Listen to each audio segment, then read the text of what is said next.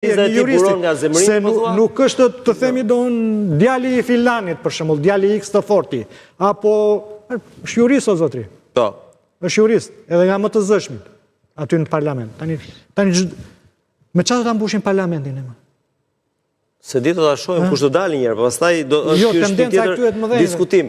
Po Zoti Sula, gjithsesi ju mendoni se nga analiza juaj kuptova që nuk kemi një rezultat për Partinë Demokratike në këto zgjedhje, që do të thotë çfarë ndodh pas këtij rezultati, ne duhet ta presim një herë fillimisht, po gjithsesi pikërisht duhet parë dhe duhet lexuar me shumë kujdes ky rezultat.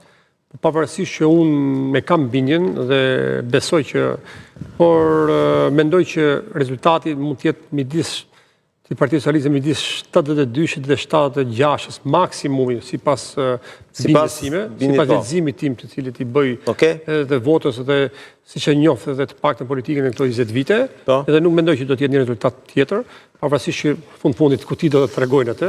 Këto janë çështjet e cilat ne kemi indikatorët, indikacionet dhe që I kuptojmë. Por Partinë Demokratike çfarë do shpreh? Është e trishtueshme, është për ta ardhur keq që mbas 12 vitesh nuk ndodhi përsëri rotacioni. Dhe unë përsëri kam thënë po tek studia juaj përballë teje dhe kam thënë që duke pat parasysh vendimet që ka prodhuar, vendimet politike që ka prodhuar Partia Demokratike, ka qenë vendime politike shumë të rënda, shumë negative për Partinë Demokratike për opozitën, dhe këtu I referohem dy vendimet e cilët janë dhe pasojë e kësaj dite, biles kam përdorur shprehjen që Partia Demokratike dhe opozita është dënuar 10 vjet me heqje lirie pa drejt lirimi para koha me kusht. Konstatoj këtu ka parasysh djegjen e mandateve në 2019, ai eksitimi kolektiv budalliku I zotit Basha me gjithë të tjera që me të idiotizmin e tyre politik dhe që ka dhënë gjithë të pasojë dhe mospesmarrjen e zgjedhjet të vendore, të cilët bëri të mundur që Partia Socialiste Rama të ndryshojë 5 herë kodin zgjedhor, të ndryshojë 3 herë kushtatutin, të priqë koalicionet parazgjedhore, nëse I merr 110.000 vota në rang kombëtar dhe përkthehet vetëm në 4 mandate, PSD merr 35.000 vota përkthehet në 3 mandate, pra në 7 mandate I ikën në koshin e plerave. Pra një target group votues të cilët votuan nuk ka vlerë vota. Edhe sot kësaj dite partitë e vogla të cilët prodhojnë vota në gjithë qarqet, janë vota të cilët nuk vlen, që do të thotë është shpreh vullneti qytetarëve në gjithë ato qarqe dhe janë pa vlerë vullneti këtyre qytetarëve. Po mos harrojnë që mund të jenë mbi 100.000 qytetarë, të cilët vota tyre nuk vlen. Është një flet votim që shkon në kosht, është sikur s'ka votuar fare, sikur nuk ka pasur pjesëmarrje fare. Pra, do duhet që qeveria, politika, majoranca opozita duhet të krijojë të kushte të barabarta që çdo vot duhet numërohet dhe të vlerësohet dhe të japi efekt. Unë doja të dalëshim një element që ka të bëjë me pjesëmarrjen, por që në një farë mënyrë lidhet me forcat e reja, Ilir.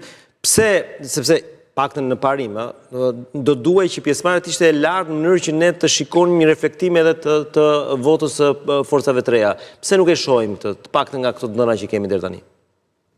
Ku s'po e shohim forcat e reja? Pra, në kuptimin që nuk kemi një rritje të pjesëmarrjes në mënyrë që ne të bënim një lloj analize deduktive që aty është ende herët për të folur, për të mos thënë doon që në rastin më të mirë jemi duke I paragjykuar. Se një kutin pustec, 4 metë në vorë kanë dalë.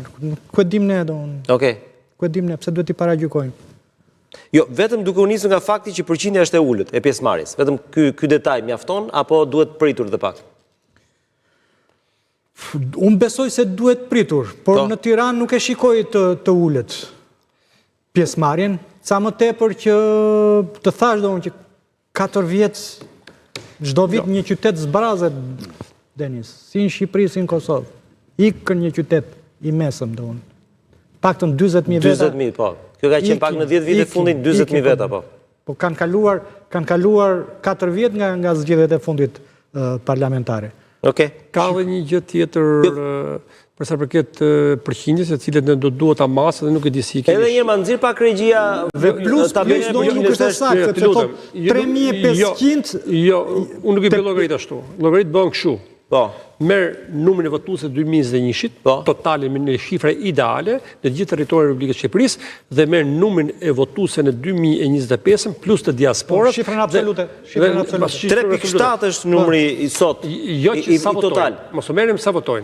Jo, 3.7 është numri i zgjedhësve në listë. Jo i zgjedhësve, pra, votuesve që kanë votuar. Po, dakor. 2021 me tani, sepse bashko votët diasporës që kanë ardhur, dhe votat që kanë votuar këtu dhe krahasohet në shifra absolute që tha zoti Babaramo, që sa janë 2021, sa janë në 2025. Këtu pastaj kemi rënje përqindje apo s'kemi rënje përqindjes? Kjo është ajo shifra. Sepse nuk mund të injorojmë tash votat diasporës, sepse morën parë nuk voton të diaspora. Janë gati, nuk e kanë kapur pragun e 200.000 votave, po diku te 192.000. Me 200.000. Merë dhe numrin tjetër sa është dhe krahasoj me 2021. Ky është numri real. 42.1. Po jo me përqindje, pra me numër votash. E kuptova. Me përqindje luhet gjithmonë si parlament, që pa qeveria.